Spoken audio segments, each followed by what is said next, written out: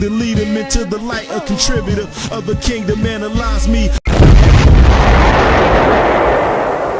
I'm speaking with the unspoken. We have Ennis Prince. Ennis is from one of the largest credit unions, in Ohio, Faith Community United Credit Union. But we're not gonna talk. We're gonna touch on financing. But what we really gonna talk about today is relationships. So I want to welcome you to the show today, Ennis Prince. Welcome, Ennis. This is our new show. Speaking on the We're finna blow the brains out of Ohio. Yes, speaking. Come on, everybody. I want to hear everybody's voice. That's our thing. I can't help you if you don't tell me what you need. But I want to talk about relationships. I want to talk about money, and I want to talk about building. So, Ennis, let me ask you a question. In a relationship, isn't it important that you understand your spouse's financial? You know, we need to have that solid, sit down, honest relationship. Conversation. I mean, I understand there's stuff we all have in our closet. All of us got stuff in our closet. But let's sit down and talk about it. When you meet a girl and you say you and her sit down and y'all have that serious conversation, you guys are talking about finances, you guys are talking about building together, you guys are talking about where you are in your relationship. Do you want to know like her credit score? Do you want to know like her debt? Or do you want to just know overall where she is in her finances? Like, how do you have a comfortable conversation with a lady about money?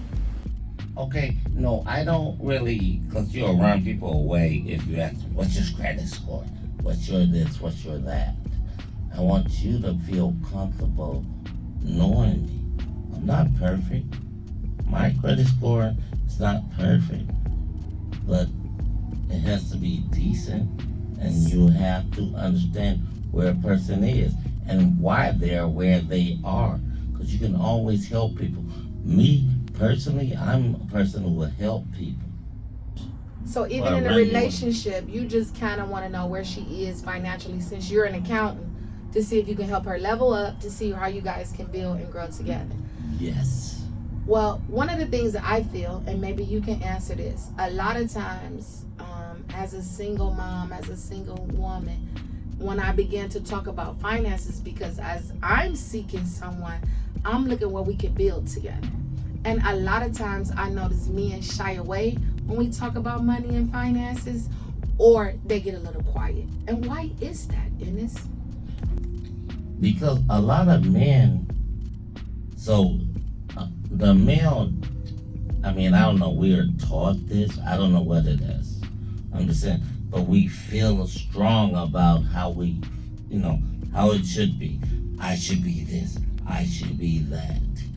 But females put a lot of demand on men also. It don't mean I gotta be the breadwinner kind of thing. So I might be weak at this point in my life. When I meet you, that don't mean I'm a weak man. I'm a strong man, but you might make more money than me. You might be better financially than me, but stick with me. Give me something. You want the same thing, so what makes you better than me? A lot of times what I notice, especially when we begin to talk about money and finances, we run into those things, exactly what you spoke about. So somebody feels like they're the upper, somebody feels like they right here. However, if we choose to build together, so if you make 6 figures but I make 5, I can take $500, you can take $500. Every month that's $1,000. No matter how we're going, in 10 months we got $10,000. So sometimes when you talk about building, it don't matter if you make 6 figures and I make 5. When it comes time to put my 5 in the pot, do I got my 5? If I got my 5, even if you the breadwinner, or even if I'm the breadwinner, even if you pay all the bills and you take care of home, because we got a lot of men that are providers. That's what's wrong with me right now, because I'm used to providers. So when I meet these men that just leeches and they like to leech on the women, and I'm talking about creating and what we could do together and grow together. Now I sound different because when they go over Jessica's house across the street, Jessica do everything and buy them the PlayStation 5 and feed them and buy all their clothes. So when they come over there and I got morals and standards and I got a few boundaries, now I'm like, oh my God, where you come from? Or I'm like an alien or something. So can you tell me why is that? A lot of men feel intimidated by a strong woman. Okay? A strong woman is great for us black men. So I'm telling y'all, brothers, a strong woman is good, but a dominant woman is different. See, a lot of us think about a dominant woman and a strong woman. Just because you're telling me what you really want, don't make you a dominant woman. If you make your paper and you make more than me, I would love a woman who make more than me. I would love that. But at the same time, I have to accept that. You gotta teach us, because history has taught us the man has always been the dominant person in a relationship. But that don't mean the way it has to be far as financially. Because right now, society is trending toward giving the women the jobs, and I don't want to get, into that too deep. But a black man feel weak sometimes because they let a black woman do this, do that, do that. A black man, we strong. We gotta, if somebody break in the house, I gotta fight that man. I gotta do this. Keep a black man strong. That's all I'm saying. But at the same time, if we communicate, don't let them break our communication down. If we communicate, we can do this together. Whatever you want to do, let's do it, baby. Let's do it. It don't matter who makes how much money. Which leads into my next question. And my next question says this. Just say you do meet a woman and she does make more money than you, but she uplifts you. She speaks to your spirit. She prays for you, and you can see you and that woman growing. A lot of times those women, because of that price tag and how much she's made, she's often overlooked, or she's oftentimes overlooked. Can you tell me why is that? Because you do got strong black women that want to lift up their kings, want to be their backbone. Because I believe when you're not strong enough, I should be like a crutch and be able to lift you up. But a lot of times, I'm also known as an interrupter. Who's making you the interrupter? That's the key. It's a design. We've been through this for 1,000,000 years. We've been in slavery, we've been all this. Who's making you the interrupter? If you're making money and all this, why would I be mad? Don't put nobody against me. Don't let nobody put you against me. I love you. I love you. Don't let nobody get between us. So they can always say it's an interrupter. They can always say it's this, it's that, it's that, it's that. They're gonna throw stuff all the ways against us. Don't let nobody do that. We strong. When we don't have nothing, we don't have no money, all that, we've been strong, right? So why all of a sudden now you're making money? I'm not. I'm following my hard time. Why am I weak? What makes that makes me weak? Why? I'm strong as I was. I'm always strong. Thank you, Ennis, and I appreciate your honesty.